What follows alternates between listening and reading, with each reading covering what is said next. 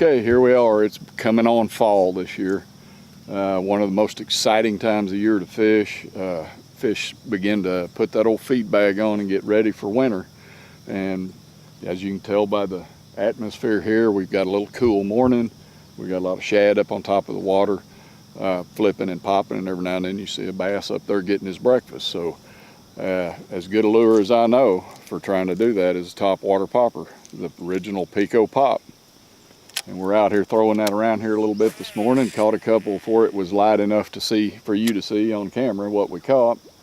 And one of the things I like to do with a popper this time of year is get out on these gravel flats and everything. We've got a channel on this side of the boat, flats with some stumps on it over here, so you got cover and everything for the bass to hide behind.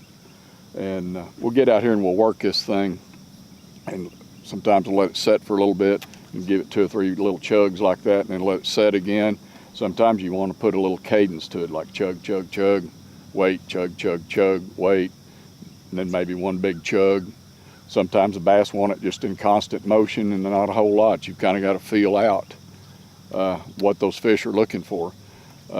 Most normally, if you'll watch in nature, you'll see shad come to the top of the water in a ball, and that bass will harass those shad to the point to where one of them will always split out by its side. And when a shad gets split out by itself, he gets kind of panicky, and that's when he starts that darting and diving and stuff. And you're just going to try to replicate that with a topwater popper.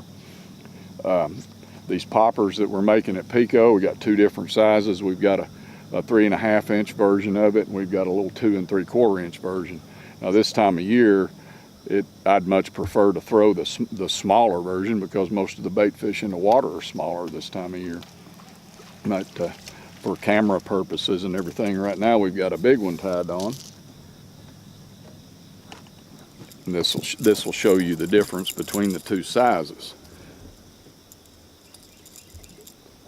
So this is more of your style of bait fish that you're getting this year. I particularly like a broken up bait that's harder for them to key in on a specific pattern of. Really good bait this time of year is one with no pattern whatsoever, a clear bait. And we'll be throwing that here in a little bit. If you watch the little minnows in the water, you can't really see them.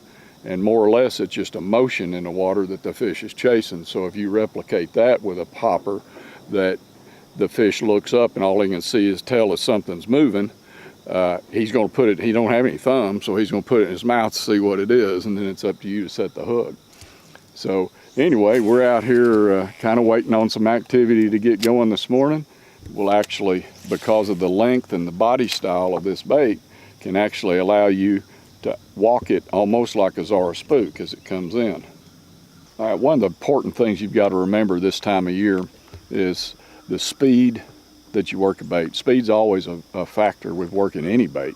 It's very crucial with working a topwater bait. You've kind of got to work the bait at the speed that the fish want, and that's something that can change versus a bank that you're on. What I've noticed over the years is a fish that's really located tight to structure, like around lily pads or in a treetop or something, he's not in the mood. He's there waiting on food to come to him.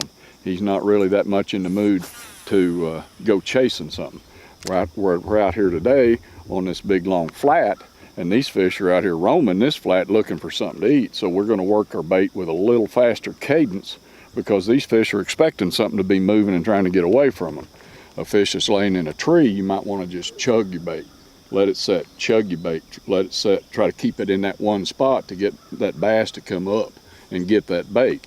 These fish out here, they're going to be looking for something that's more of in a skidder, lost and helpless kind of mode. So we're going to pick our cadence up a little bit, and we're going to pop, pop, pop, pop, wait, pop, pop, pop, pop, wait, pop, pop, pop, mix that cadence up. If anything gets in a rhythm, there's not a lot of rhythm to nature. Things use whatever's in their environment. So like right there, I just threw this and we've seen shad go scattering all over the place. The good thing about a popper is we can use a popper to make a noise and to make a fish turn his head and come look to see what made the noise, and then we can just make it wiggle like it's something that's trying not to be noticed, and the fish can't hardly stand that if he's in the area. Well, basically about any time of year the water is over 50 degrees, you can convince a bass to come to the surface and hit. Now that's a lot of variables play into facts, water clarity, and proximity of bait, that sort of stuff. In the spring, the water starts coming up to 50. Bass are moving shallow, and they're an opportunistic feeder. Then they've got more spawning on their mind. But if there's a bait that presents itself and stays right in that bass's strike zone long enough, he's prone to hit it. As we move on through the summer, it's a matter of just feeding and everything. So there again, it's an opportunity, but they're more looking for the opportunity to eat then than they are to spawn. Now coming into fall, this time of year, the water temperature's falling. The shad, you've got a new shad spawn, so you got all the little bait and everything is just very plentiful. The bass will begin to school up with one another, and they use themselves more of a pack mentality to bust up these schools of shad and break off the onesies and twosies out there. And that's why you'll see these fish come up and they'll be blasting on the surface of the water for 2 or 3 minutes, and then they're gone.